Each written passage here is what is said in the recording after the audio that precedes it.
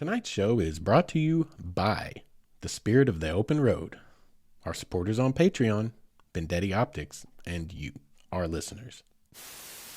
But throughout Oklahoma, you're going to find chicken fried taters, chicken fried steak, chicken fried. If you can fry it, you can chicken fry it. And it's chicken fried on their chicken fried menu.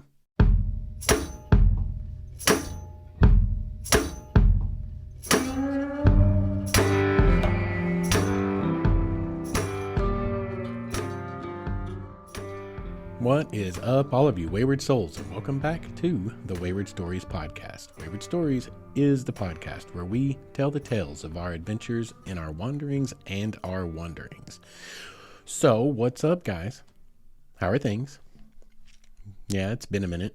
It's been, a month since it dropped. We had a dark week in there. Again, my apologies. Just a word about that. I had to make peace with myself about that before I did not record this podcast 2 weeks ago. Listen, man, we've reached a point where this podcast is important to me. I hope you guys know this. It's extremely important to me, but it also doesn't pay my bills. And I have a job that does that. And I have a whole lot of hours of school that are hopefully going to provide me with a career at some point that I will actually like and not hate. That's also going to do that. And of course, my daughter is always the number one priority. So unfortunately, sometimes this can happen. And right now, what I made peace with is, listen, I'm going to make episodes and I'm going to drop episodes when I can make and drop episodes, but I'm not going to kill myself at this point because I broke a little bit. I'm just going to be straight with you. I broke a little bit. I don't think I realized how much I was carrying and how hard it is to literally wake up at 5:40 and go nonstop, always with a deadline and something that has to be done until midnight every single day with no breaks in between. Freaking my lunch break, y'all, at work. You know what I do on my lunch break? Homework. Come home, do homework, or record a podcast, or do laundry, or get groceries, or, be a dad. So, it reached the breaking point. It absolutely did. And I had no motivation, and I was just about done for a minute. So, I had to get some me time, and I decided wasn't going to make a podcast last time. And I also decided I gave myself permission that if we don't have time to make a podcast, we're not going to make a podcast, and we will do what we have to do. And when time comes up, then we'll make a podcast. So that's how we're going to go forward until I get some kind of semblance of a routine and normalcy back in my life. And I don't know how long that will be. On an up note though, kicked off a new semester of, I'm in biology now, evolutionary biology, and it's kind of tough, but it's also fascinating, super fascinating. So it's easier on me because I actually like the material. But anyway, that's neither here nor there. But I just wanted to kind of give you guys a little bit of an update and an explanation for why we had a dark week. And I felt bad. I didn't want to drop another classic. I've done that a couple of times now, and I think it worked in that moment. But those were also two of our better older episodes, and this podcast just ain't that old. Let's be real. Dropping a classic is kind of a punk move anyway. They went over okay, but I just felt not right about it. So I was like, you know what? I'm just not dropping anything. So anyway, you have my apologies, and understand, you guys, I love all of you, and I love interacting with you guys. It's one of my favorite things. This podcast, I like doing this podcast more than I like doing any of that other crap I do. But this doesn't pay the bills. That's just the bottom line right now. So please understand that, you have this is how it's going to be. You have my apologies. I appreciate each and every one of you. I love all of you guys. And on that note, if you want to support a starving artist, patreon.com/wayward stories. Just saying, a little quick side note there. But anyway, let's get on with tonight. I do apologize for the dark week, but we're going to move on because I do have a good episode. See, this is the other thing. I've got some good material to work with now because a lot's been going on. See, this whole Sherpa collaboration, if you want to see these articles that I've been writing that have been taking up a lot of my extra time, actually getting paid to travel right, Sherpa.com, and then search bar Wayward Son. Actually, I don't know if it's /Wayward Son or not, but if you search bar me, you will find me. I tried it. It'll work. There's some cool articles over there. Anyway, I've got a whole new collab going with them, and I got to do some really cool crap, and I'm saving one of them to coincide with the drop of that article, probably in about a month. We could talk about that tonight, but that was a super cool trip. But we're gonna save that for what's the right word here? I don't know, maybe there's not. No, for marketing reasons, because it just makes sense to drop it alongside the article, and then I can link up all the things, and it's good for cross exposure across many different platforms. But anyway, so I've got some cool stuff going on. Tonight I've got something because we had a Labor Day weekend recently. And as you guys know, it's actually kind of become my tradition on Labor Day and Memorial Day weekends. You get a 3-day weekend, trying to get some kind of a close to home road trip in. Because, I like to make a big road trip every year, which I've got an awesome one in the works right now. We're talking about something awesome for several days out in the desert Southwest over Christmas. But, the details are not settled yet, but we're talking about it. It's going to be cool. But unlike these little middle kind of holidays where you get an extra day, I don't really have the money to go do anything huge on a 3-day trip. So I try to do something pretty close. So we did something pretty close this last Labor Day weekend, and actually only did it in 2 days. And it fits right into kind of what this podcast has become, a way for me to give you guys ideas and ways and thoughts and templates to get your butts off the couch, get out and live your lives, right? Like, I've been thinking about how I really should have thrust this show out there and kind of branded it with the idea of like, this is the travel podcast for normal humans with jobs, because everything out there right now is kind of ridiculous. It's kind of like, quit your job, travel the world, don't be, shackled to the man. It's like, okay, it's great, but who's paying your bills? How are you buying that $4,000 plane ticket to freaking Greece if you don't have a job? If you just quit and drop everything? Not very realistic for 98% of the public, right? So I try to fill a niche that it has been underserved, I feel, which is some of us have jobs and normal lives and families and things, but we still have that free spirit. How do we get out? And I do. And, it was just like a kind of a natural thought. I was like, well, if I just share how I do it, maybe other people will go, oh, wait, maybe I can do it too. So that's kind of what we do here. The travel podcast for normal humans.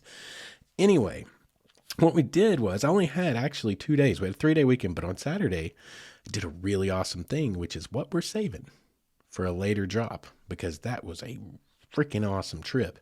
And just to drop a little hint of it, let's just say it involves the clickety-clack and the romance of the passenger trains of old. So it's super cool. So look for that here in the next month or so. But it only left a Sunday and Monday. And as we set about, after we took that big trip and I was cleaning the soot out of my ear balls and my eyeballs and my nose balls and all the other balls, I was like, what are we going to do, man? I don't want to lay around all weekend and do nothing. What are we going to do? And so it came to mind that we had just traveled Route 66 some back in Missouri. You may remember that episode. What was it? Road tripping 66 in the Missouri Ozarks. And it came down all the way towards Joplin. 66 runs from Chicago to Santa Monica. Many of you guys know about the lore of 66. So it dawned on us, you know what? There's a lot of 66 left in Oklahoma. I grew up in Oklahoma. Oklahoma's right next door. Maybe we should go drive as much of that as we can. Maybe we'll shoot for Tulsa, maybe Oklahoma City. Let's just see what happens. And that's what we did. And I'm talking spur of the moment. I believe we left the house in Farmington, in WA, about 10 a.m. I think it was almost right on the nose. We decided at like 9:15. It was like, let's do it. And we were throwing crap in bags and we're out the door. So anyway, it's what we did. We went up to Baxter Springs, Kansas, and we shot down Route 66 in Oklahoma as far as Tulsa. And that's what we're going to talk about tonight, is road tripping 66 in Oklahoma's green country through northeast Oklahoma. And what we're going to do is I'm intending to set this up because I don't think I can make a whole episode out of the trip itself and the stops along the way. But I think I can get a half an episode, which, half an hour. So what I'm going to do is I'm going to set up Route 66 for you guys. I'm going to teach you guys, I'm going to educate you guys about a little bit about Route 66 and why it occupies the place in the American zeitgeist and even the global zeitgeist. Really, believe it or not, you'd be amazed at how many people you bump into when you're driving 66 that are from freaking like Barcelona, Spain, all over Europe, people from South America. It's iconic worldwide.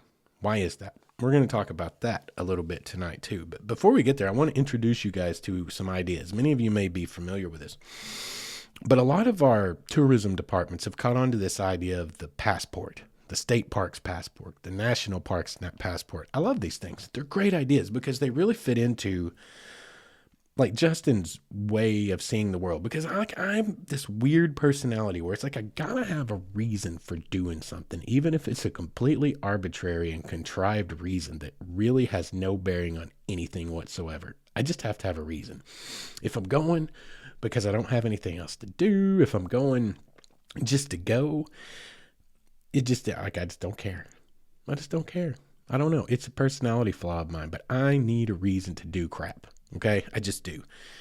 Well, these passports are kind of cool because they kind of give you a reason. Like for me at first, I was just like, okay, I want to photograph all these awesome places. And I was getting into photography. So that gave me a little bit of reason. And then I was like, wait, I'm going to make this podcast someday. I'm going to make this podcast someday. Back then it was the Men Who Don't Fit In, before it like kind of morphed into Wayward Stories. And I was like, well, I'm going to start with YouTube first. So I had reasons. I'm like, if I go here, I can film it, I can drop it, I can get it out there. I can start trying to build a brand, build an idea here that maybe people will cabbage onto.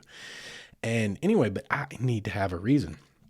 Well, these little passports are awesome little reasons. I'm going to show you a handful of the ones that I personally have right now and give you, and we're going somewhere with this, okay? So just bear with me. For example, this is my national parks passport. For those of you watching on YouTube, you can see this. Some of you may know what they are. Some of you may not. I'm going to show you a couple of pages of mine on the inside.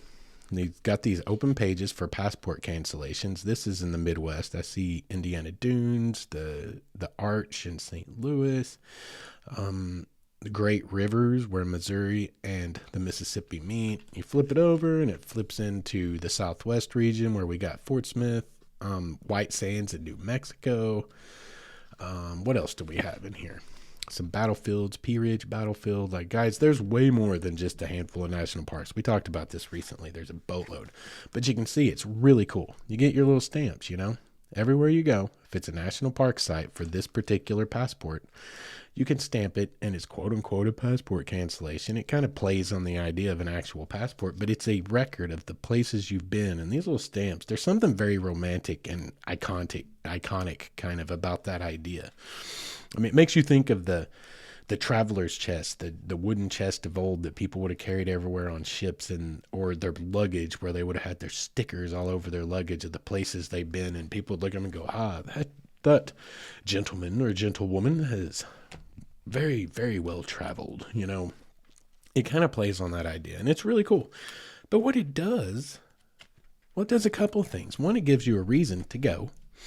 If you need a reason, it gives you a reason. You can go collect stamps. You can be like, I want to get all the major national parks, the actual national parks. And then you might be like, look, I've got all the national parks. I want to get all the national monuments too, because there's a buttload of national monuments. And then you can be like, wait, there's also national battlefields and national historic sites. The National Park Service administers a crap ton of stuff, not just like Yosemite and Yellowstone and the things There's so much more. You can stamp them all in these passport books, and they've got a million different kinds, little bitty compact travel versions like I have to these giant books. Got all this stuff, and you can choose from it. You can freaking customize it and kit it out the way you like it and go chasing these stamps. And it's just a neat way. It gives you a reason to get out and do something, and I super love it because it's like a record of where you've been. But also, when you take these, you can look at them, and it's also a guide to where you can go. Ooh, I never heard of that place. I want to go there. Because all these things are listed in here, different places you can get the stamps for these books. This is the national level, National Parks Passport. I also have a couple of Arkansas state park passports. This is the state park one. And what's funny about this for me is I only got 3 or 4 or 5 places in here stamped in Arkansas state parks, but that's because I didn't know about these, or they weren't doing them yet when I finally came to understand this, because there's about 20 state parks in here that I could stamp because I've been there, but I was there before it was actually a thing that I knew about, the state parks passport. So anyway, I'm going to have to redo a whole bunch of parks, which is, it'd be okay with me. I am kind of a weird person. I don't like to do the same things over and over again, but you know what? It'll be worth chasing down some of these. Also of note, I don't think you can do this with Arkansas, and I'm sure any state that you live in, has got their own version of this because it's real popular right now. But on the national parks passport, they have the option for being able to go online and get like a digital cancellation if you need to. And I did that for several because before I knew there was national parks passports, guys, I probably saw, well, you know what? By the time I was done printing, cutting, and pasting into this book, I had added like 25 or 26 places that I'd been to that are national parks or national land, like Bureau of Land Management, things like that. And I filled this up a good deal when I realized it's quote unquote, I mean, you can do this unethically if you want. If you want to lie to people, if you want to do some stolen valor crap and like pretend you've been awesome, done awesome things, and so you're an awesome person and well-traveled, theoretically, it's on the honor system. You can do whatever you want. I'm a weird, very principalistic person, so I was like, I only put in here places I had been. But you can do that with National Parks Passport. You can get on and find some digital cancellations. You can print some out. There's a few websites that have collected them from different years. So I was even able to get them from the year I was there in most cases. Someone else had stamped it, but I got it for the year. And even a few of them I was able to get in the month that I was there. So that was kind of cool. But you can do that with these. I don't think you can with the state. Arkansas also has the Heritage 50 Our Legacy, Our Future, Arkansas Historic Preservation Program. This is a passport program. It's much smaller, but it's about National Register of Historic Places. And you guys know me, I'm a history nerd. So I've got a few stamps in here from historic places I've been. This is a version from Oklahoma. State Parks Passport. It's right next door. Probably going to need to get one from Missouri. I'm sure they have one. I'll have to look into it because I do quite a bit in Missouri. They're real close. But anyway, I tell you all that, because it's great information for you to have something to get you outdoors, get you outside, doing a thing. But also because I'm leading to something, which is this. The official Oklahoma Route 66 passport. I bet you every state that Route 66 passes through has one of these. We have the Oklahoma version. And anyway, we only got to have a few stamps because, of course, we traveled on Sunday, mostly, and nothing's open on Sunday. Sidewalks roll up Friday at 5 o'clock in rural Oklahoma, and they don't reopen till Monday. I don't know, maybe noon, maybe 1 or 2, depends on when they get out of bed. But didn't get very many stamps, but it was cool to try to chase these down. So anyway, there is an official passport for Route 66 through Oklahoma, and we used this to chase down as many as we could and basically guide us on a journey of exploring Route 66 through northeast Oklahoma, what we call green country. A lot of people, little known fact, for any of you that have never been to Oklahoma, many people have this mistaken idea that Oklahoma is like dust and dusty prairies and kind of like the Southwest. It's like giant tumbleweeds that'll take your life and stuff, and that's true. In part of the state. What a lot of people don't know is pretty much all of eastern Oklahoma from north to south is either a mountain range, a river valley, or another mountain range. Eastern Oklahoma is gorgeous. Looks a hell of a lot like northwest Arkansas. Really, really gorgeous place with a lot of cool stuff. It's a lot of fun to drive through. And anyway, Route 66 through Oklahoma is definitely Americana. Small towns everywhere. A lot of neat stuff to see. So we're going to talk about that again, probably in the second half of the episode, which we're getting close to. Got just about enough time to probably talk about the history of 66 to set this guy up for you guys. Because I don't know, have you ever wondered, why did 66 become what it is? Why is it such an icon? Why is it in the zeitgeist? And it's not for reasons that you might actually think. Like what you remember is the heyday of 66. You remember the heyday of 66. 66 predates that heyday by a butt ton. Okay. And there's a really cool history here. I even learned something today that I found very interesting and links to me right here in Fort Smith, Arkansas. Okay. So anyway, I'm going to tell you the earliest history, one of the earliest predecessors of Route 66. And this is relatively short. Okay. I'm going to style on this a lot because I'm a history nerd, but I promise you it's all going to be interesting things. It's all going to be interesting things. Okay. In 1857, yes, 1857, Congress commissioned Lieutenant Edward Fitzgerald Beale to chart a wagon road following the 35th parallel from Fort Defiance, close to New Mexico-Arizona border, to the Colorado River. Beale's road established a vital military transportation and communication link between Fort Smith, Arkansas, near the Arkansas River, and the westernmost reaches of the Southwest. In underwriting the $200,000 expense to establish what Lieutenant Bill felt certain would become the Great Immigrant Road to California, the federal government provided the impetus for the creation of the Transcontinental Railroad and the establishment of Route 66. So that is the earliest, basically charted and blazed road that follows what, for a huge majority of at least the southwestern portion of Route 66, would become eventually. And the thing that's interesting, $200,000 in 1857, I didn't do like an inflation calculator, but I imagine that's something like $475 quadrillion. It's got to be like astronomical, way up there. But it's also really interesting that it started with Fort Smith, Arkansas, traveling westward, which is not ironically where Interstate 40 comes through and goes all the way to where? Bakersfield, essentially Santa Monica, the West Coast. It was one of the first, sort of transcontinental road 66 was. Went from Chicago, Illinois, came down kind of at an angle through Missouri, hit Oklahoma, and then hooked a hard right towards the West Coast and stayed more or less straight as an arrow all the way to Santa Monica. So anyway, the official beginning of Route 66 was in 1926. And what Route 66 was originally, it wasn't what we know it as today. It was literally like a cobbled together group of roads. They basically took roads that were already in place and said, okay, well, this section, this section, this section, this section is all going to be a part of this new federal highway project. And they basically just said, okay, your dirt road is now Route 66. And you need to understand that these roads were crap. I think it was like less than a single percentage. I forget. It was like 3%, 9%. I don't know. It was a very tiny number was even paved. These were dirt wagon trails, y'all. At the beginning, they were dirt wagon trails. You got to remember, there weren't that many cars in the 1920s. Like the Model A, I'm assuming. I don't remember my cars back that far historically.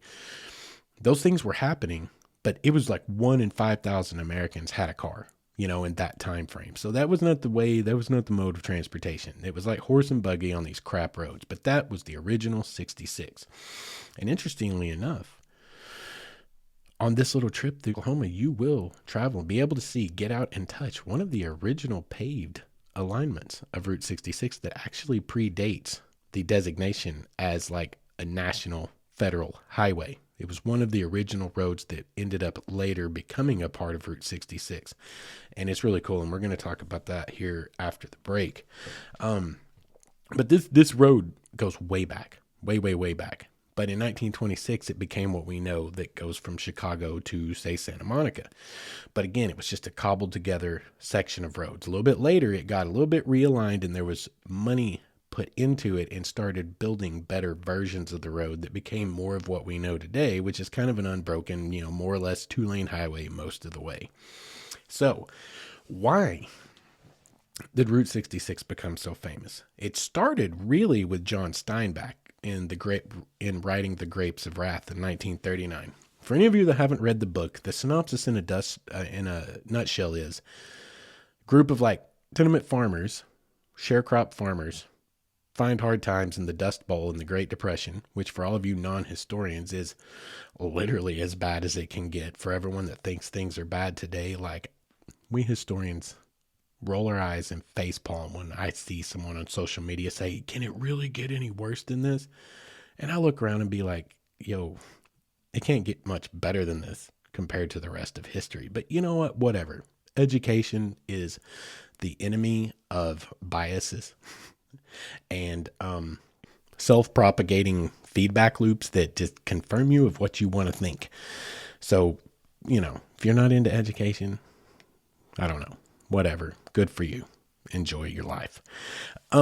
Anyway, it was a bad time and really poor people were suffering hard, especially in the Great Plains where the Dust Bowl happened. What's the Dust Bowl? Okay, we're not going to get into all that, except for it was a huge drought. All the crops dried up because there was no crops to keep the dirt in place. The winds came sweeping down the plains. You may have heard that somewhere, Oklahoma, and everything turned into a giant dust storm. Buildings were freaking literally being swallowed up in dust dunes, so to speak. You ever seen like a living sand dune that like swallows something? You'll run into that at Indiana Dunes State Park. You can check that out. But sand dunes, essentially, they move over time. They get larger, they grow, they eat things. They were like eating entire houses. That's how big these dust dunes is. That's me calling it that, but that's essentially what it amounts to.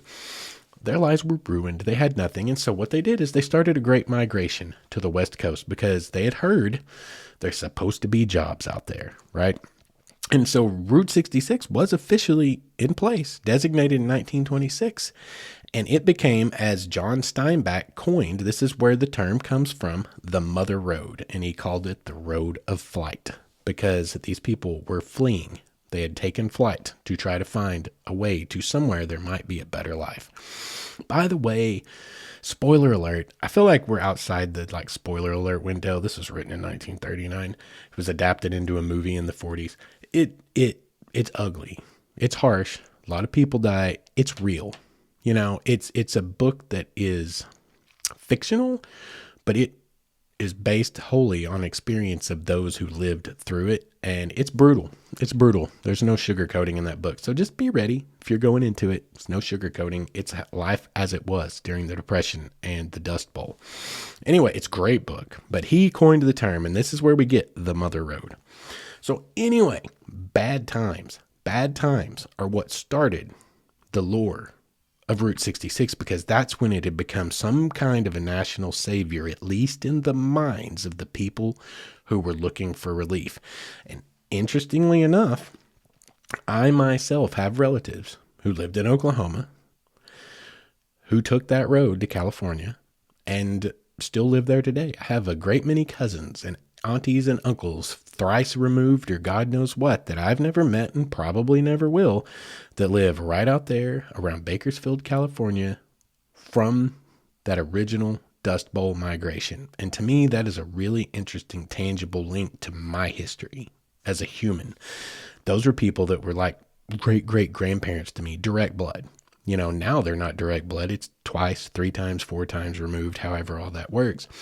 But that's my lineage. That's a part of my life, my history anyway. And to me, it's not like I don't get all weepy over it. I'm not getting all freaked out about people I never met. But it's super cool. It's meaningful to me. I find that really neat that there's a tie to something that was an iconic moment in American history that my family was tied to. It's kind of interesting because it does give more meaning to me in a way. When I travel Route 66 out through the Southwest, I really do kind of start to look around at the landscape and think, this is essentially an unchanged landscape. This is what they were seeing. And I start thinking about not the consequences, the circumstances in which they were traveling the road. And it's interesting. You can time travel a little bit sometimes. If your imagination is vivid enough, you can do a little time traveling. It's a very expanding experience, so to speak. So anyway, that's where it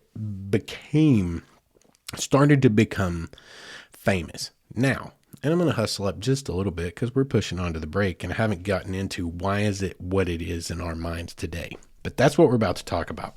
Quick history lesson.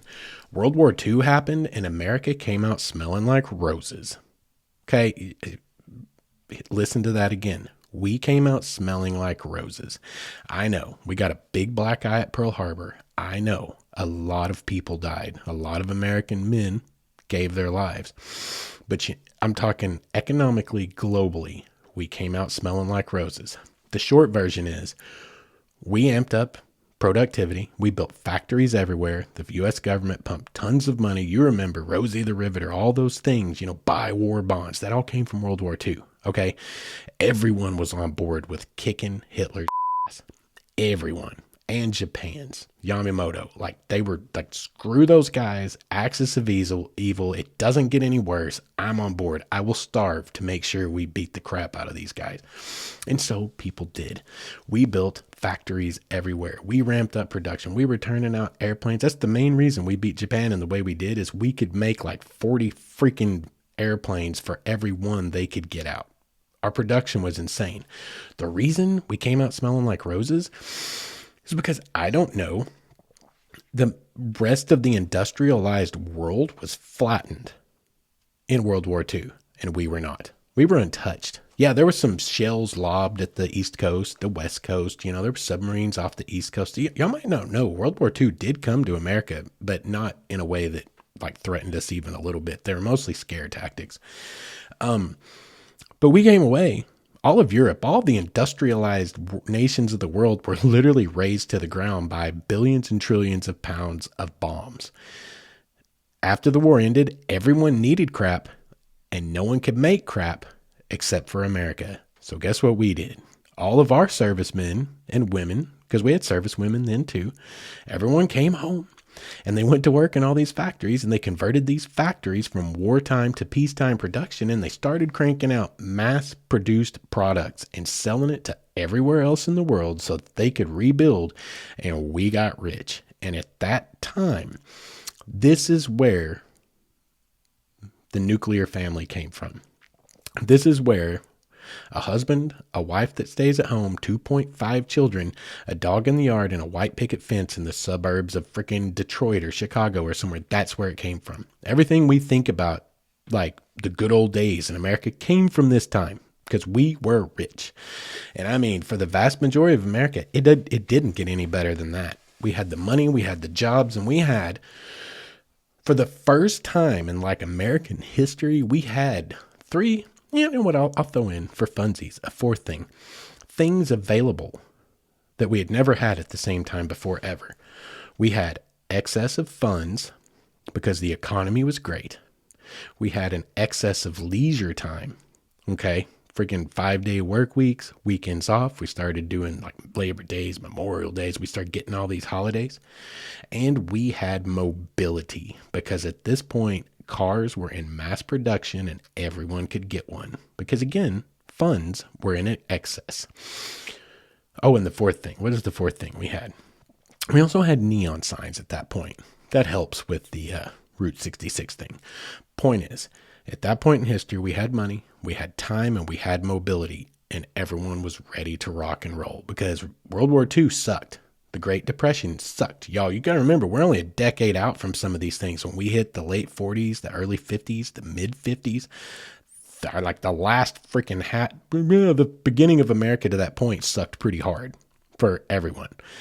Suddenly we have money, we have jobs, we have leisure time, and we've got freedom. We've got mobility, and boom, Route 66 was waiting to heed the call, because I promise you, there is no better promised land than the promised land of California, especially in those days. Beautiful beaches, vineyards. Like California to this day is one of the most gorgeous places I've ever seen with my own eyes. Like, it's no wonder people could not wait to go out and explore. And also, guess what's along Route 40? Like, not Route 40, Interstate 40, which is parallels Route 66 the whole way. Interstate 40 like was the processor. It came after Route 66 and replaced it as 4-lane interstate highway system with a median. Goes right by Meteor Crater, goes by the Grand Canyon, goes by, God, you name it. Like, I could sit here and name stuff all night long that Route 66 and Interstate 40 drive right by. People were ready to go. They had the time and the money. I mean, most people in America by, per capita, because I will say this, when I say this was the golden age of America, that's true, but it would be unethical and irresponsible of me not to point out it was true for white Americans. It was true for middle to upper class white Americans who believed in the Christian faith. That's who America was good for in that time. And like, look at me, I am a white American. I'm telling you the truth because I'm a historian. And not to throw a wet blanket on this episode because it's meant to be fun, but like I said, it is my ethical duty to point out there's a whole lot of people that would listen to this episode and hear me say 1950s America was the golden age of America and freaking cringe. Because for a lot of people, it was not the golden age. Anyway, and that will actually come into play in the second half of the episode because there's a really awesome historic stop on Route 66 we get to talk about tonight. I'm excited about it. Anyway, not throwing any more wet blankets. It's just my ethical responsibility to point out it was a great time for the vast majority of Americans because the vast majority of Americans were that specific demographic. All the others, why do you call them minorities? Is because they are the minority of the population. There's actually reasons for the terminology. Like, they weren't having it so hot. They weren't having it so hot.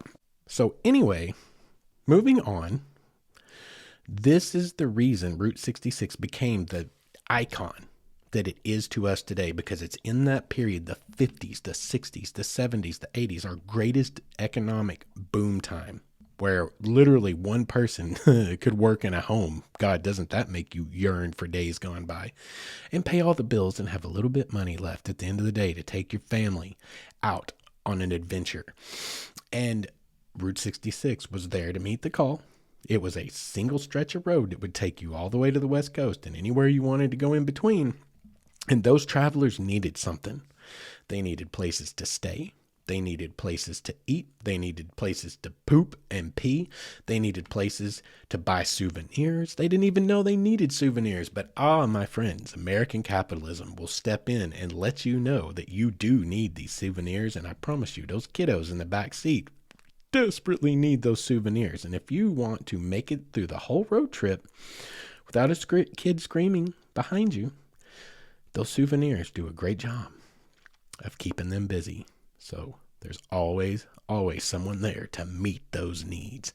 Anyway, this is when the really, really culturally inappropriate use of Native American symbology came in, when we start throwing up concrete teepees. We got this giant gaudy blue well in Catoosa, and here in Oklahoma we get to talk about in a minute. We've got old diners. We have old gas stations. We have all of the things that we know Route 66 for today. Neon signs, all of those things were there. And I think that is the time frame that most people today associate Route 66 with, and what they want to go, and they want to try to maybe relive a little bit. And you can relive it in some of these towns that have embraced it and brought it back. But a lot of it is, there's a bittersweetness to it. There's a bit of melancholy to it, because you go into some of these small, areas, these rural areas. You're out in the middle of nowhere. You're on an old stretch, like almost a desolate, deserted stretch of 66. And you're passing gutted, abandoned buildings that were clearly a truck stop, clearly a diner, clearly a souvenir shop. And some of them, and I don't know, I'm sure someone owns them, and I'm sure it's trespassing, but there are no fences. There's nothing, and you can walk around all through them, and people do, because they're graffitied all over the place. But there's a certain amount of exploration you can do in some of these old buildings that, 50 years ago were thriving, bustling centers of freaking commerce, filled with families and kids running in and getting snacks, and literally glass Cokes, Cokes in a glass bottle. And God, who knows what's some freaking candy that was famous, and Laffy Taffy, I don't know, ready to go, hopped up and refueling on their way to the American Southwest, which is beautiful in its own right. And you stand in those places and you can almost feel that energy that once filled those walls, but it's also obvious that that energy is gone. And it's a very liminal space. It's somewhere in between here and there that no longer exists. And it really, it's good for the soul in a way. It's melancholy. It's bittersweet. It makes you think about things. And that's part of the expansion that travel offers you. Makes you think, gives you some insight into things sometimes. It's really, really cool. But that is the time frame that we associate Route 66 with, and why it's so iconic today. And because so many of us have become, as we've gotten older, and our older generations than us have even gotten older, they start longing. Now, this is a natural thing psychologically. It's not that those were necessarily better times. It's that it always seems like the times before were better times. You can read up on it. There's psychological studies. It's a human thing to do that. It's a very defensive mechanism kind of thing. But so we have that going for us.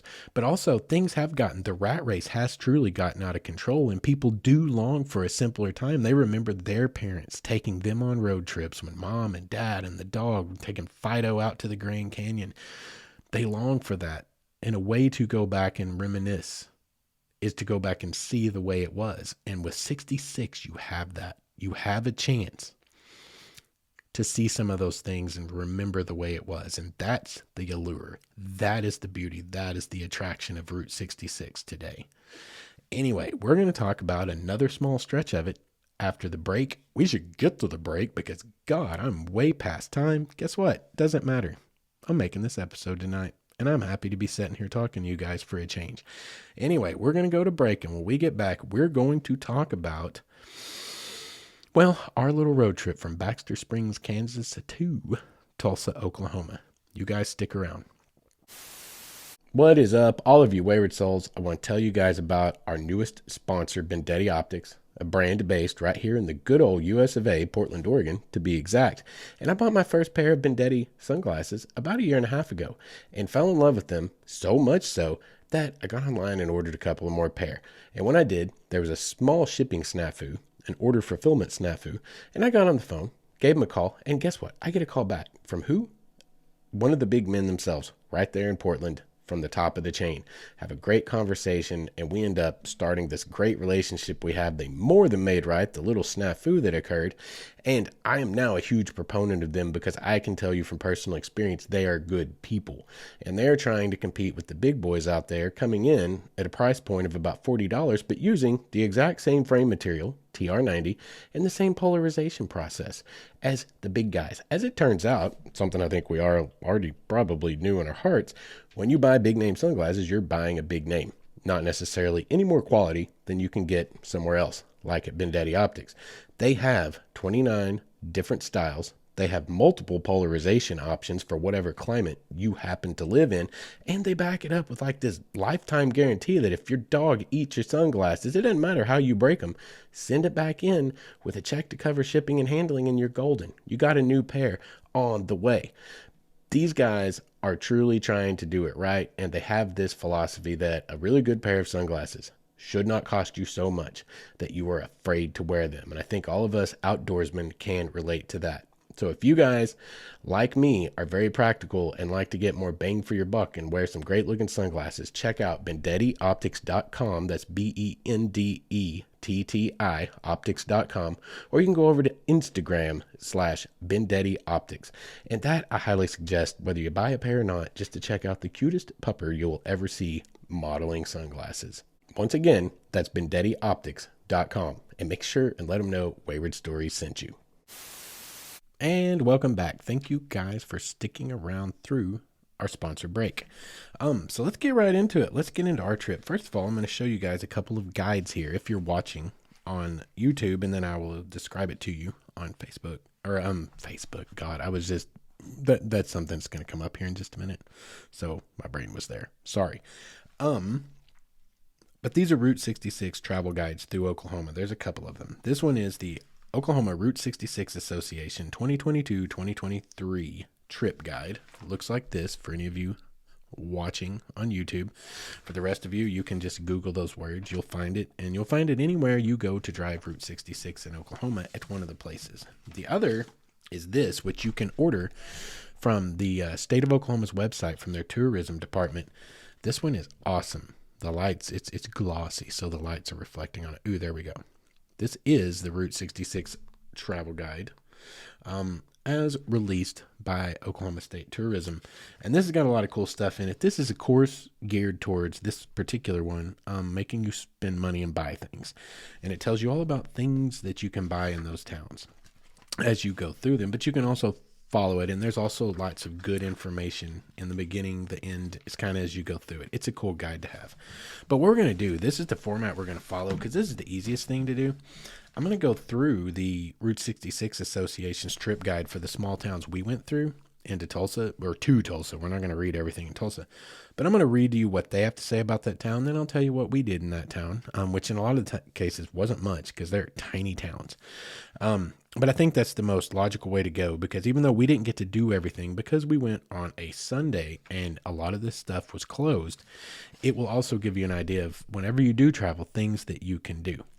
But I came across something. We're going to talk about this. This will be like a little bit of quote unquote totally related to Route 66 in Oklahoma housekeeping in the second half of the episode, but it's a thing that I wanted to work in, but it's not in the section of 66 we traveled, so it doesn't have like a natural insertion point. So I'm just going to tell you about it because I came across it and I'm totally going to support this myself. I just want to tell you guys about it. So I came across, Oklahoma has a very unique and pretty rare that it's still standing building that catered. This touches on what I was talking about back in the first half about the golden era of America being good for like a certain group of people. This touches on the people that it wasn't so good to and how Route 66 played into their experience. And this is a filling station near Luther, Oklahoma. From the mid 1910s through the 1950s, the Threet filling station, and any of you Threet family members out there, if you're listening to this and I am mispronouncing your last name, you have my deepest apologies, because I couldn't find anything that like kind of led on to the pronunciation. It's spelled Threatt. It could be threat. It's like threat with an extra T, but I kind of doubt it's pronounced that way. It feels like it's probably Threet. So that's how I'm going to say it. If I'm wrong, you guys feel free to get in touch with me and correct me. Anyway, from the 1910s through the 1950s, the Threet filling station was a popular roadside stop for locals and travelers alike. The station was one of a very few places on Route 66 where people of color were welcome during an age when African American children setting out on trips asked their parents why they needed to carry so much food and water, as well as toilet paper and empty jars. Black adults growing up along Route 66 in Chicago, for example, just, quote, knew which stretches they weren't allowed to use, end quote.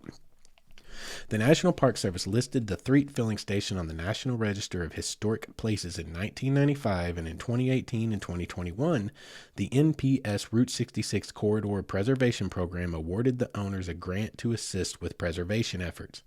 In 2021, the National Trust for Historic Places listed the Threet station among America's 11 most endangered places to raise awareness about the history, significance, and threats to the property.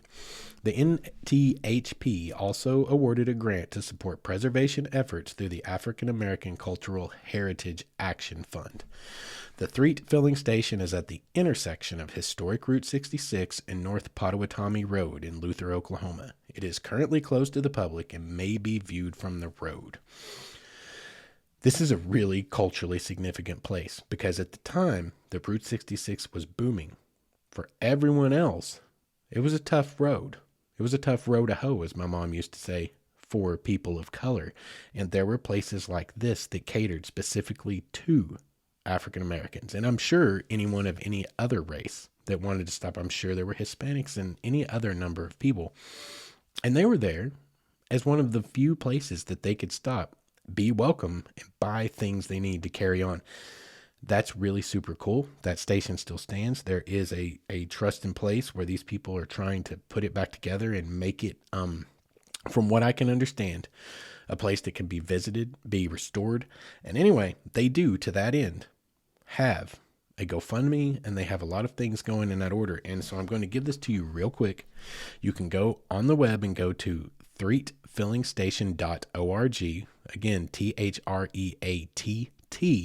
fillingstation.org. Or you can go to facebook.com and type in the same thing, Threat Filling Station. And from there, Facebook's probably the better one as I looked at it, because they have the GoFundMe's linked right there. And there's also up-to-date information about what's going on. They, like last week or the week before, no, it was last week. I would have loved to have gone to it, and I didn't know about it till today. But last week, the Oklahoma Historical Society had some kind of a luncheon midweek that had to do with, I guess, park efforts going forward to bring it up to standards to get it remodeled, like basically the restoration of this place for the preservation of this place. So if you guys are the philanthropic kind, hop onto Facebook, give them a follow, and maybe throw them $1 or $2. Like, I know I will, even if it's just like $5 bill. It's times are tough. We ain't got a lot of money, but I'm going to get on there because I think that's awesome.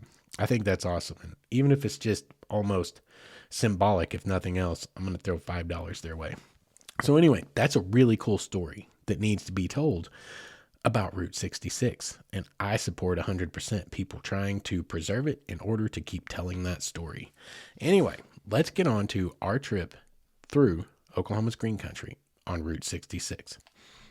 So it started not in Oklahoma. Started in Baxter Springs, Kansas, because we'd basically driven 66 from essentially, Fort Leonard Wood in Missouri on our last trip back on, actually, I think it was Memorial Day. This was Labor Day, Memorial Day. We did the part in Missouri from, I believe, Fort Leonard Wood south to just beyond Joplin. So this was kind of like picking up where we left off. There might have been a few mile stretch in between that we didn't hit, but Baxter Springs, Kansas, pretty neat. They have a Route 66, a museum and kind of a welcome center of a sort that was closed because it was Sunday. But it was a cool place. It was cool to get pictures of. It's I believe one of the old filling stations, service stations, and it had the old gas pumps out front. So it was a great photo op. Took that photo, and it's really, really cool picture to get. And there's a couple of little things in Baxter Springs to check out. But the impetus of our story, sorry, wrong word. The preponderance of our story is in Oklahoma, and that's what we're going to focus on. But we started in Baxter Springs, Kansas, which we also, while we were there, met a couple of gentlemen who were doing Route 66 from Chicago to Santa Monica. Like, they kept calling it like a truncated kind of trip. They're like, well, you obviously can't stop at everything because like it'd take you forever. Like, bro, if you stopped at everything, it would literally take you freaking years. Like, I get it. Your trip wasn't really that truncated, fellas. Like, just driving it alone and stopping at the, more notable places along the way. I think that's how anyone's going to take that trip. So you guys are doing great. It's awesome that you're taking it from Chicago, the starting point, all the way to the end point. Their name was Steve and Kyle. Super cool guys. Enjoyed talking to them while we were there in Baxter Springs. And I even followed them on Instagram. And I'm just going to say, guys, you didn't keep up with your Instagram post. But anyway, if any of you guys want to follow them on Instagram, give them a follow because maybe they'll go ahead and put all those pictures out there eventually. It is RT66_ with _ style, which is really clever. I like it. Steve and Kyle style. Get it? Anyway, it's clever. They were super cool guys. Enjoyed talking to them. You gentlemen, if you ever listened to this episode, it was a pleasure to meet you, and I hope that your trip went off without a hitch and you enjoyed the heck out of it because it's a really cool hitch. And I hope that you hit that stretch out there from Kingman to Needles that I told you about, because for me, that's just like one of the most amazing stretches of 66, original 66 you can ever hit. Anyway, it was cool to meet you guys. But we met those guys, which again, that's part of my favorite part, y'all, about getting out there on the road is meeting the people. Like, traveling, the freedom of the open road is freeing to the soul, but it's also a connective experience because you get to meet people. You get to talk to people from different walks of life. You get to see things from different perspectives. You learn new things. You meet people, and it's horizon expanding in a way, just little bits at a time. I'm not trying to be over dramatic, but you get little bits and pieces, and it's like this giant mosaic you get to put together. I love traveling. I love road trips, and I don't like flying at all, but I will say, like, even if it's not even about, if you like to fly, you don't know what you're missing beneath you as you fly over. This freaking country is dotted. This landscape is dotted at every turn with things you've never even heard of that are awesome to see and experience, and tens of thousands of people that you will meet over the course of your travels that make your life just a little bit better. It's really super cool. But anyway, let's get on to our trip. So after you leave Baxter Springs, you roll into Oklahoma, and really the first thing you pop into is Quapaw, Oklahoma. According to the travel guide, Quapaw is named for the Quapaw Indians who were moved from Arkansas to Oklahoma, then known as the Indian Territory. The name is derived from Ugapka, I believe, a tribal term for downstream people. About 100 years ago, the town became a part of the tri-state mining area. The northeast corner of Oklahoma, the southeast corner of Kansas, and the southwest corner of Missouri were huge producers of lead and zinc. In 1926, Route 66 was officially established. Peak production was reached at 423,000 tons of recoverable zinc, and 912,000 tons of lead were produced. The ore was valued at over $55 million. So what's going on in Quapaw? Well, there's colorful murals on the buildings. They are starting to fade. There's Spring River State Park. That's about 5 miles south on Highway 137. And there's not much else. Honestly, it's one of those small towns. And it's one of the parts of the beauty of Route 66 is all of these little dried up towns with little vestiges, many of them abandoned, of what Route 66 once was. And I will say, when you look at Quapaw in the tourism's guide, they do have the Dallas Darriette, Since 1969, the folks at this little burger joint have been keeping locals and the Mother Road travelers fed. So that's a somewhat era specific. It's getting a little late from the heyday. Well, not really, 69. This ran into the 80s. So you got the Dallas Dairyette, and then you also have the Quapaw Tribal Museum. And this is where you can learn about the rich history of the Quapaw tribe. And they have artifacts that include pottery, traditional clothing, and old photos of these people. You can also find the anchor from the USS Quapaw, a Navy tug ship that saw action in World War II, the Korean War, and Vietnam. So basically, Quapaw is a pretty small place. Not much going on there. It's probably something, unless you need lunch at the Dallas Dairyette, that you're going to pass right through. But it's got that vibe. There are vestiges, the remnants of what was once Route 66 there. And that's, to me, part of the biggest allure of Route 66.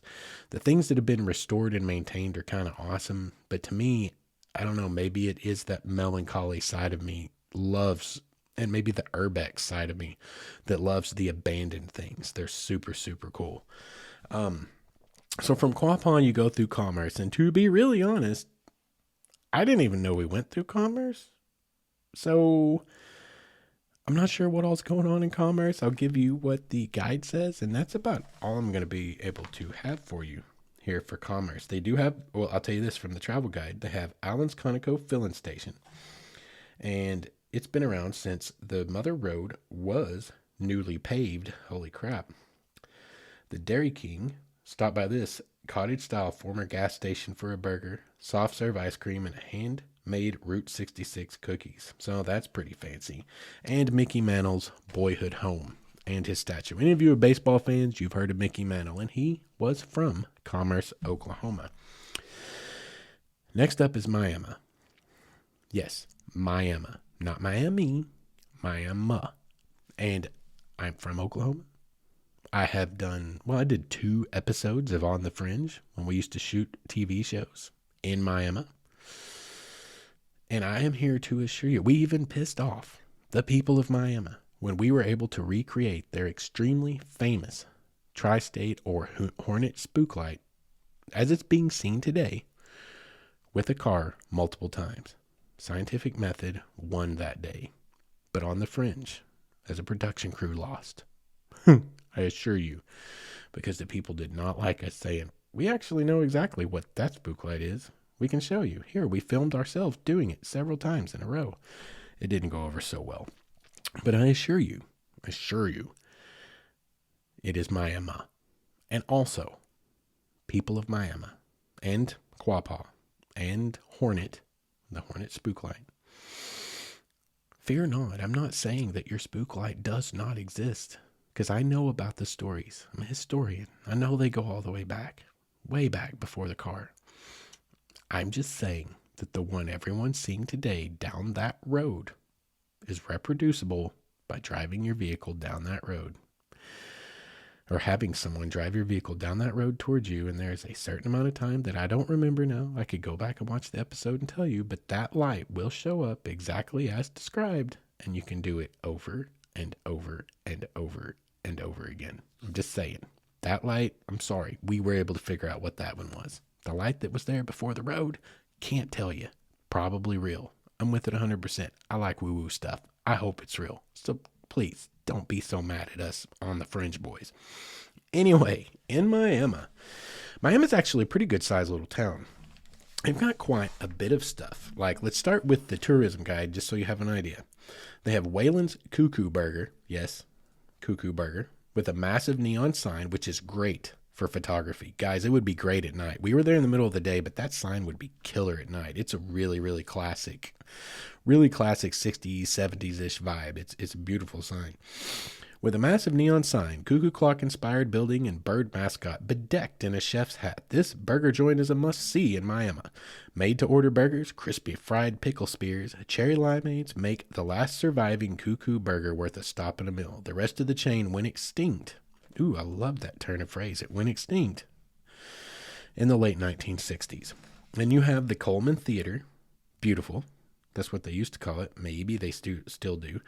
We got to tour the Coleman Theater Beautiful when we were there with On the Fringe, and they even gave us an all-access tour into the bowels to where the old boiler was. to look for spookies.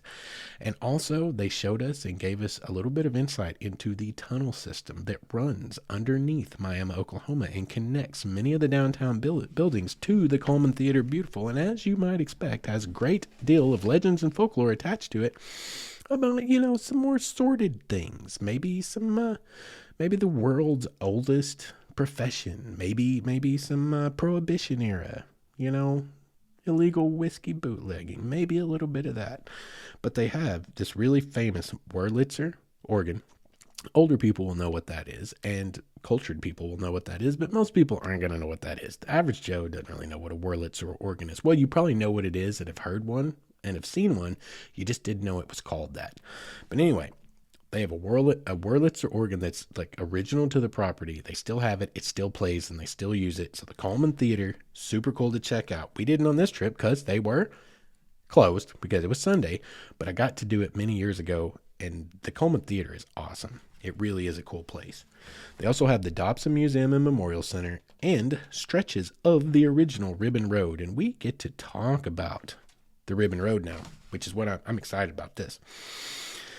So the Ribbon Road, one of the original stretches of Route 66, 9 feet wide, which is not much more than the width of a car. You may not think your car is 9 feet wide. It's not 9 feet wide, but your car is pretty darn wide. 9 feet wide is just about the width of a car, and it's called the Ribbon Road or the Sidewalk Highway, and it is listed as an Oklahoma National Historic Landmark. And what we had, there's 2 sections. And those 2 sections, known as the Sidewalk Highway, the Ribbon Road, they are from 1922. They are older than Route 66. They were one of those roads that was cobbled into the original alignment of Route 66. And it travels from Miami to Narcissa and Narcissa to Afton. And it may be Narcissa, but I believe it's probably Narcissa to Afton. And as Jess said, that's where all the narcissists live, is in Narcissa. And it made me laugh. So I've included it here for you. I'm assuming all of you Narcissans are not narcissists. It was just a joke. Chill out. But anyway, there are sections of this. It's basically a dirt road.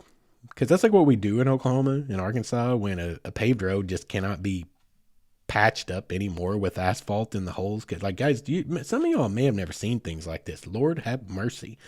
We have holes in roads in the middle of nowhere that are holes on top of holes on top of holes that have been patched on top of patched, and where there's like literally none of the original asphalt left. And I mean, you want to talk about rough on your car. And so when they kind of reach that point, a lot of times they just throw a bunch of gravel on it and turn it into a gravel road and let basically nature take its course and take the road back into a dirt road.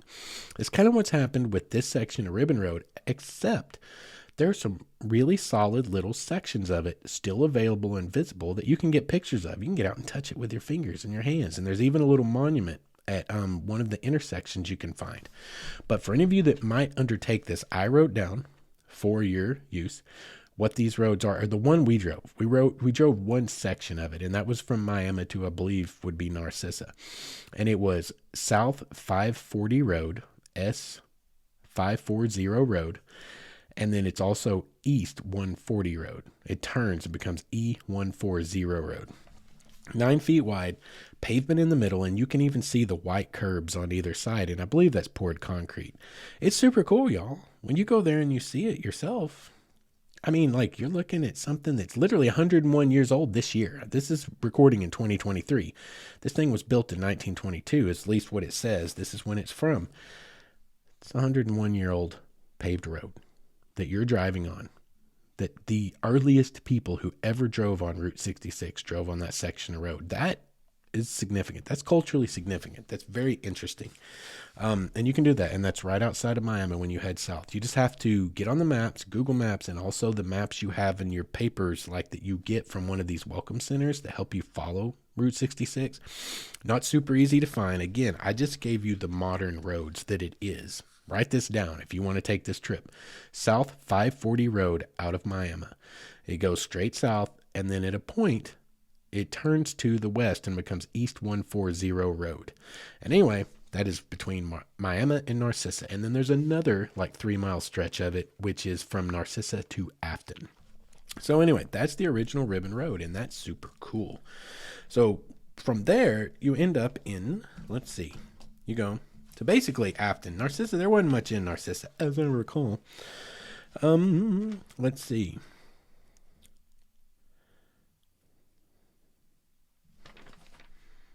Yeah, it kind of skips over Afton in both books.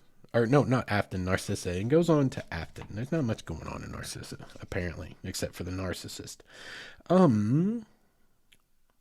Afton has Nowhere on Route 66 barbecue, and apparently it's really good. We actually saw reviews of it, and I've seen it pop up in several places. Apparently that's really good. We did not eat there because we actually ate in Miami. Actually, forgot to tell you, we ate at a place called the Otter Cove in Miami. Let me make sure. Otter Cove. Yep, Otter Cove. And it was good food. Y'all, they had some of the best onion rings I've ever had. It was a good burger. Actually, I think I had a chicken sandwich. It was a good chicken sandwich, good onion rings, and a good vibe. I mean, they lean into it. Y'all, they lean into the Route 66 thing, and they have a great drive under sign, like a gateway to Route 66, gateway to Oklahoma's Route 66 in Miami, and it is a super nice sign. They put money into this. Some of these larger communities, they realize the economic boom that it can be today for basically nostalgia tourism, and they've leaned into it. Miami's leaned into it, and they've got a lot of neat things. And if you go on a day that's not Sunday, then you can actually probably visit most of them, but they have a great photo opportunity with their sign, and you can actually park at the Otter's Cove and eat lunch there or dinner or whatever and get your picture of that sign because it's literally right out the front door of Otter Cove. And I did like a super touristy thing and waited until the light turned and all the cars cleared, and I ran out in the middle of the road and got like a low shot looking up at the sign right in the center of all the lanes. You know, probably shouldn't have done that, but you know what, I did it and I didn't get run over and whatever. It was a great picture and I love it a lot. So anyway, that's the kind of things going on in Miami. Then you take the Ribbon Road out and you end up in Afton, and Afton has the Nowhere on Route 66 barbecue, Daryl Starbird's National Rod and Custom Car Hall of Fame Museum. So if you're a car person, which a lot of people are, who are doing Route 66, they have more than 50 cars, including many of Starbird's designs, along with other exotic vehicles and memorabilia. Futuristic styles, bubble top roofs, and bright colors are the hallmarks of these custom cars created by Daryl Starbird, who started designing in the 1950s. So that sounds super cool. Anyway, so there's Afton. Again, we're going through here. We're rolling tonight because we're trying to crunch all this into an episode of the podcast.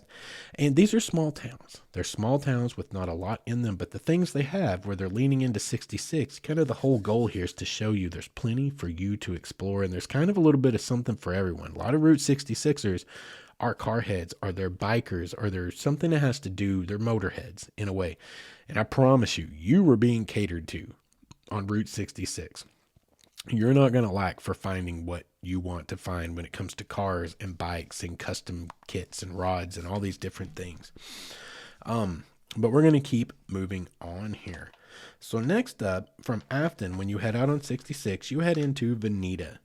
Veneta has just actually a scant few things. And we traveled 66 all the way through Veneta, and it was a little bit on the dry side, to be honest. Of course, it was closed. Everything was closed. There's a lot of great old signs. There's a lot of great old buildings that it's kind of fun. That's kind of one of the fun games you can play as you go along, is you can pick out buildings that are now abandoned and you can go, oh, that was one. That was totally one. Look at the architecture. Look at the design of that. Look at, the paint on the side. Look at what that used to say.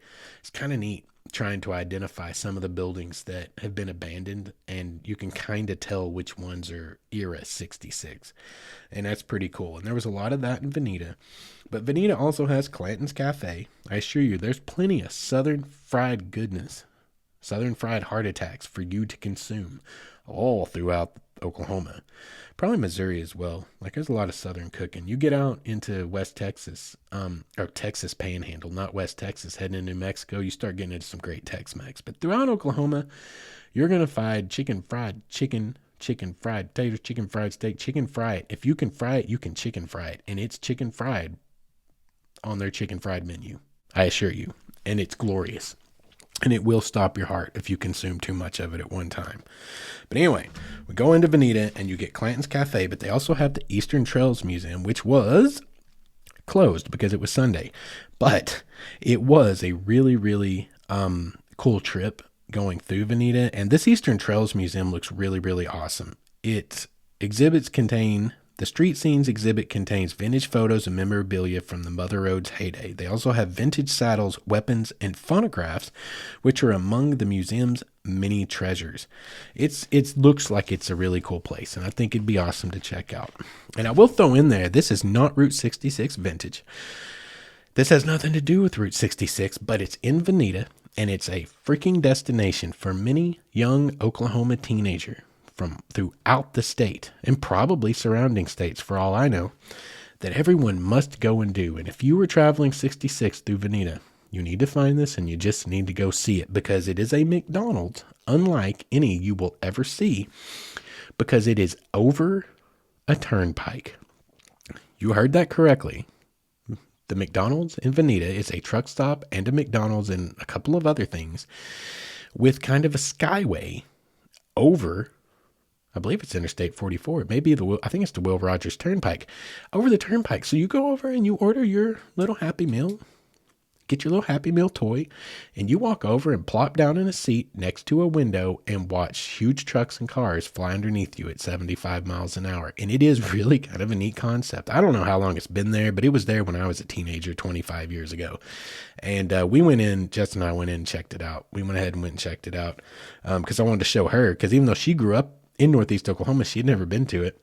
But we had to go see it. It had been years since I had been there. But any of you out there traveling across the country, if you are focused on 66, say you're coming from out of the country and you're focused on 66, you would probably miss this because it's not a part of Route 66, but it's like a half a mile from 66 in Veneta.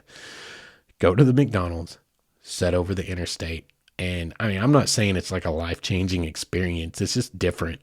It's kind of weird. It's neat. You're not ever going to run into anything quite like that, I think, anywhere else, at least at McDonald's. Probably people have done similar things somewhere, but I've never seen them. So anyway, moving on. You go through several more places like Chelsea, and in Chelsea, you can see the Pryor Creek Bridge, which we did stop and photograph. It's really neat. It's really cool. 123-foot steel truss bridge was part of the original Route 66 alignment. It carried Mother Road traffic from 1926 to 1932. It's the only unaltered bridge with its particular structure known as the Pratt through truss design left in Oklahoma. That's actually pretty significant.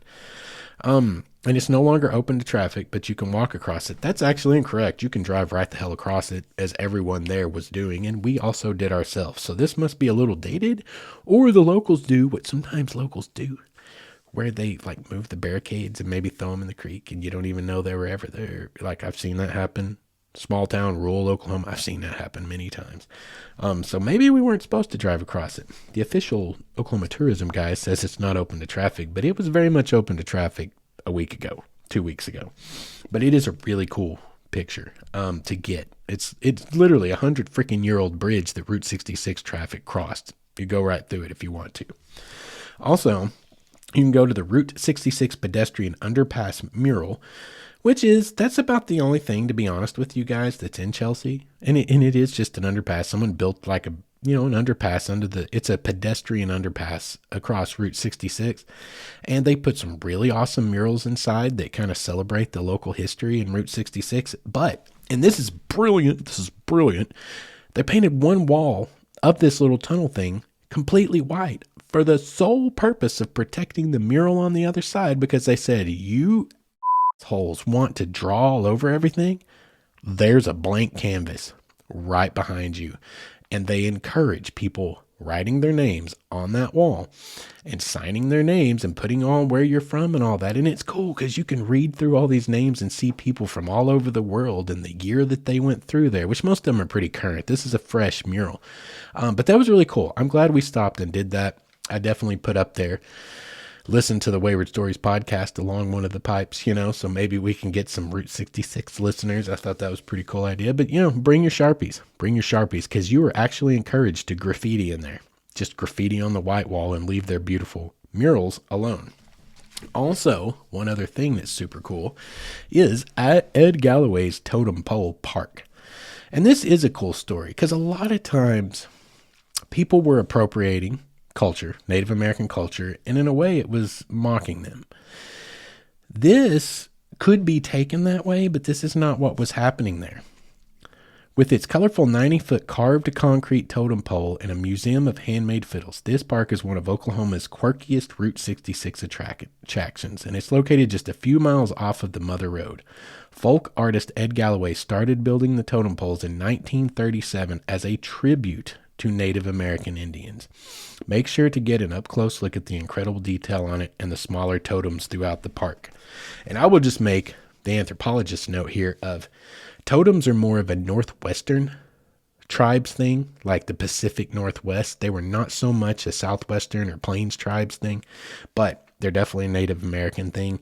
And this dude, from everything I can read up on him, he actually, and any of you out there that have information I may not be privy to, if he was a dirtbag, do kind of let me know. Correct me, mywaywardstory@gmail.com.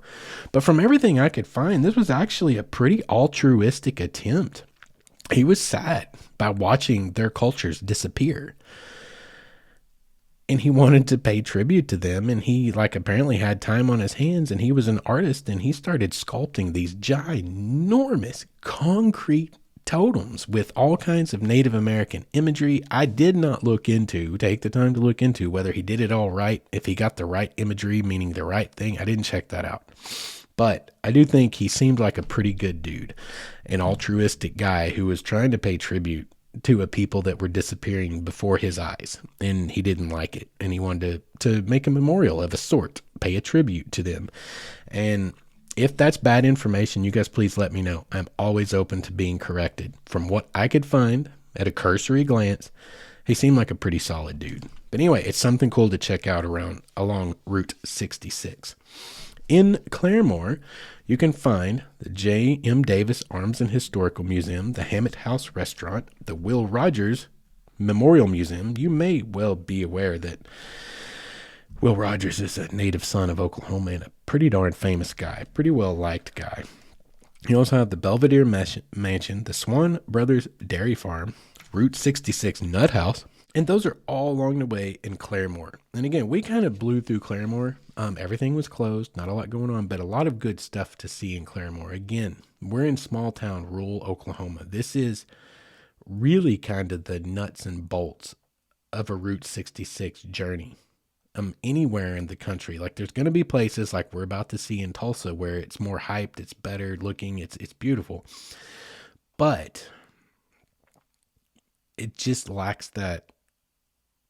It's got the nostalgia, but it lacks the kind of the dirtiness of the reality of the fact that Route 66 is a bygone era. And all these little small towns, this is where you see and can really see how it was a boon at a time where a small community popped up and they catered to all these travelers. And then when it was bypassed by Interstate 40, when all of the interstates started to come into the existence later after World War II, they kind of started to dry up, and you have all these kind of derelict shells of things that once were. And there's a certain gallows beauty in that. And that's what you're going to find along the way here in a lot of places.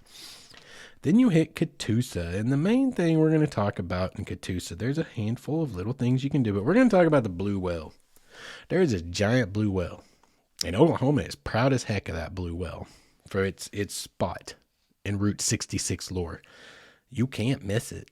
It's a big blue well, and it is a gaudy eyesore that has been there in this pond, a concrete well, a blue concrete well that's been in this pond for as long as I can remember. I don't even know. You know what? Let me see if it even says.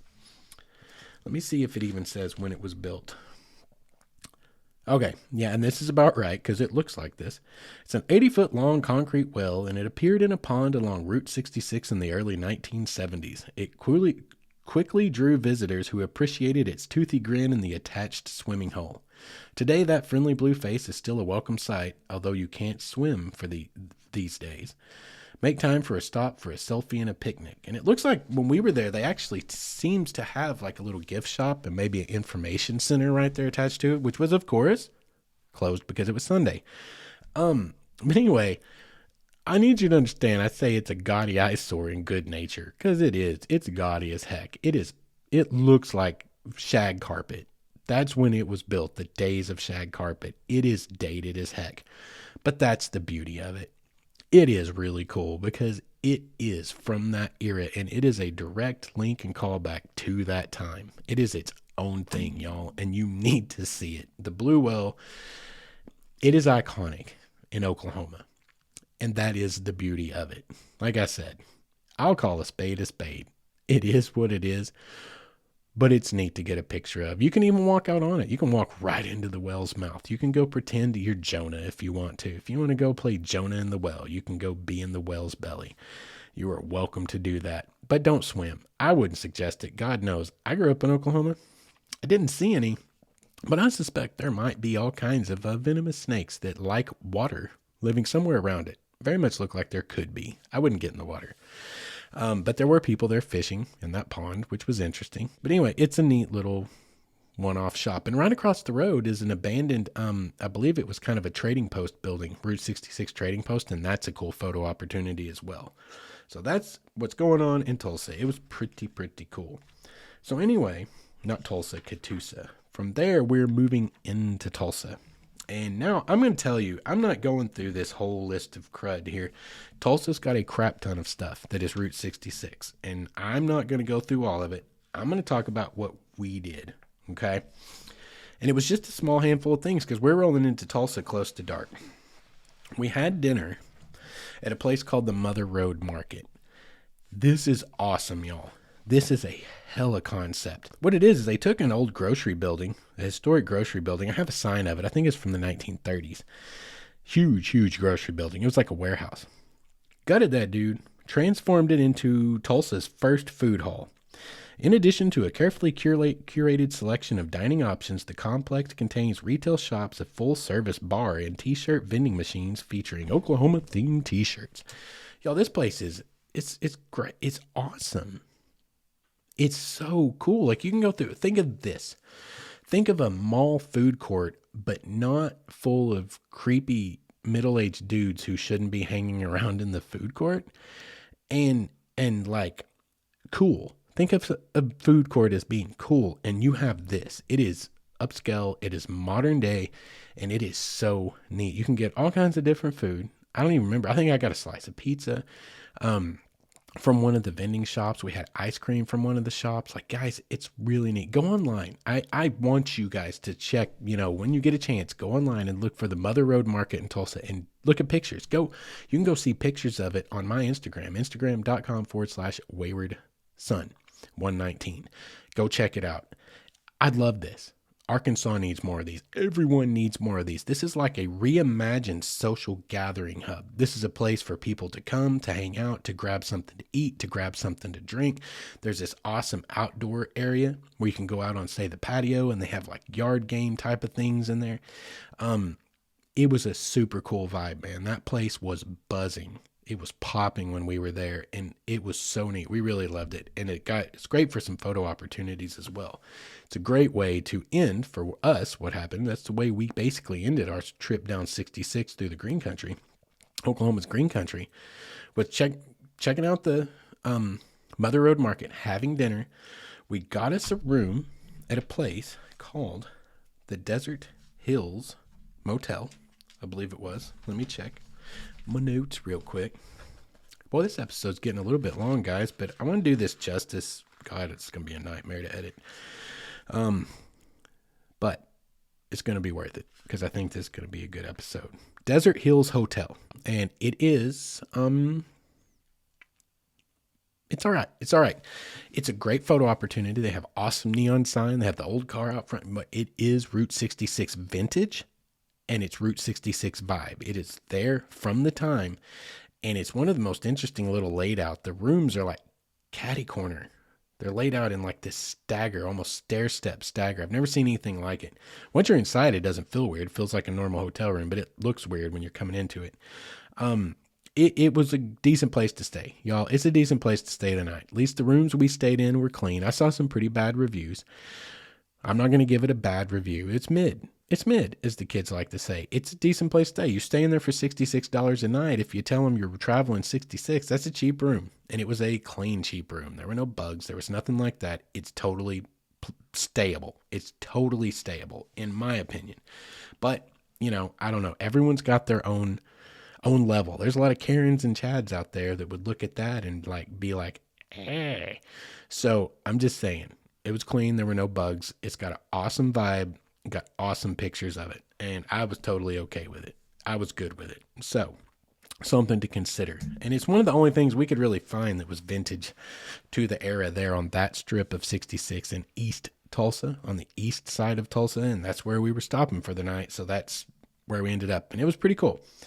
Other things we did while we were in Tulsa, which wasn't much, but that night we did go down the strip and we stopped and we got a lot of photos of the neon signs. And there's a meadow gold sign that is apparently extremely, extremely famous. And it is an awesome photo opportunity.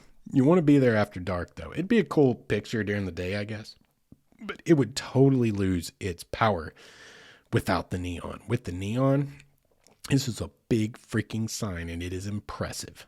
And it was a really cool photo op, and I got some really cool photos of it. And that was a lot of fun, guys. That's a fun trip right there. Just that night, you're kind of at the seat of your pants like, well, what are we going to do? Let's do some things. Let's chase some of these signs down. Let's go up and down 66. Let's get out. Let's find some vantage points, and let's get some pictures.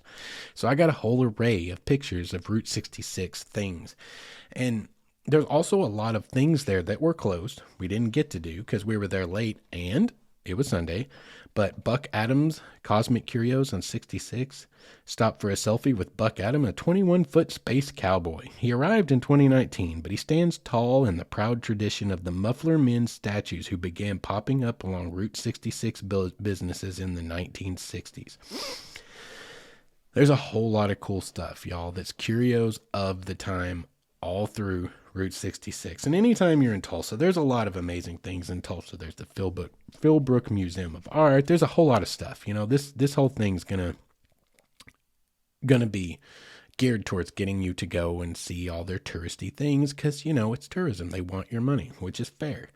But for Route 66 purposes and what we experienced, the Meadow Gold sign. Ooh, here it is. Let me talk about it real quick. First installed in the 1930s, this massive neon sign advertised Meadow Gold Dairy, and it has become a Route 66 icon. When the building it rested on was set to be demolished, the community worked to save and restore the sign. Today it stands a mile west of its original location, atop a pavilion built just for it. Check out the plaques on the pavilion to learn more about the sign's history. Super cool. So we saw the Meadow Gold sign. We got a lot of pictures of the neon down the road. We stayed at the Desert Hills Hotel, which has its own awesome photo opportunity for Route 66 vintage vibes.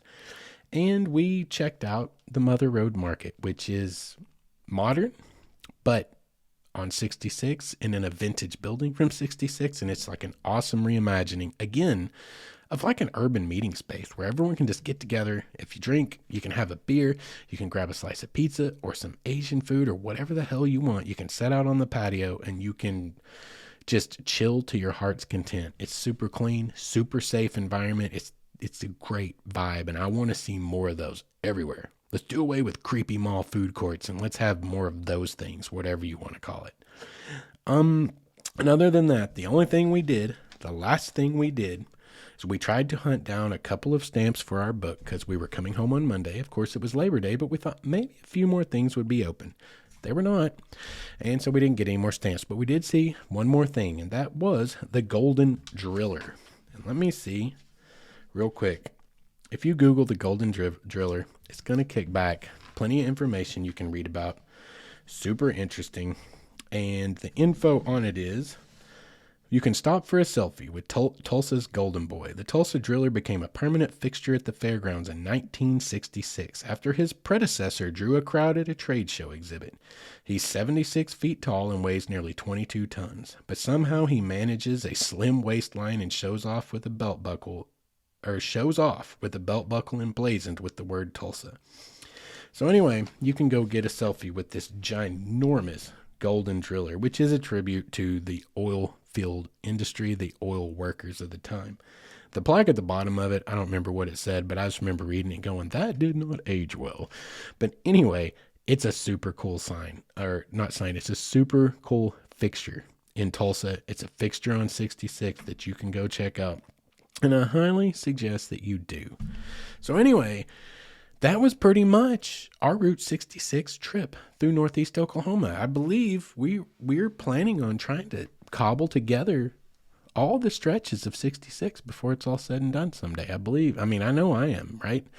Gonna cobble together all these stretches someday before it's over. Like, it's really cool. I've driven parts of it out in Arizona and New Mexico, but only once, with the express written reason of it being Route 66, right? So I want to go back and retrace those steps out there and do them on 66 and not just I-40. The ones that I haven't done need to go up, and I need to hit it through Illinois. Never done any of that. Done some of it in Missouri. But anyway, y'all, it's the mother road. There's a whole lot of it. And it is a reason to get your butt outside, to get out and explore, because there's stuff all along that road. Yeah, it's a travel trip. It's a travel trip. That's what it is. But that's what a lot of people want. It's what a lot of people are looking for. And for me, as a historian, as an anthropologist, it is a cultural icon. It's a historical icon. And there are stories that need to be told all up and down the length of that road. And I, for one, cannot wait to go and discover them and start to tell them. We are going to wrap up this show for tonight. I know, I guess that feels a little bit abrupt, but at what point do you end a show? It always feels abrupt. I don't know, but I've talked and talked and talked until now my head hurts. My eyes are a little bit weary from reading through all these things, and I'm just done talking for tonight. I hope you guys found tonight's show interesting. Like, I hope you enjoyed it, because we sure enjoyed taking the trip, and I sure enjoyed making this episode, but I always worry about the flow. When we get into these episodes where I need to list off a bunch of things, like you can do this and you can do this, and in my brain it gets very monotonous, and I hope that it's not that way for you guys. Write in and let me know how that works, okay? mywaywardstory@gmail.com. We are going to wrap it up for the night. As I just said, actually, if you guys want to get in touch, I always love to hear from you, mywaywardstory@gmail.com, or you can go over to our website, waywardstories.com. Love it when people do that. You can see everything. You can get to my Instagram. You can get to the Facebook. You can get to the Facebook group. You can see my YouTube channel. Like, there's all kinds of things to find at waywardstories.com. It's kind of the nexus for this project, where you can get linked out to anything you want to find.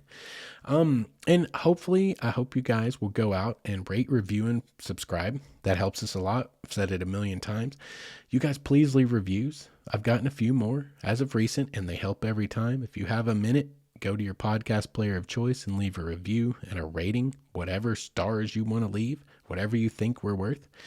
And yeah, I appreciate it if you guys will do that. Also, you can share these episodes on YouTube and anywhere else you want to share them. Like, take this YouTube link, share it into a group on Facebook. Boy, that gets us a lot of listens, a lot of views, and I really love that. Anyway, I look forward to talking to you guys in a few weeks. Until then, you guys get out, find some adventures to get into, and don't forget to be good to each other.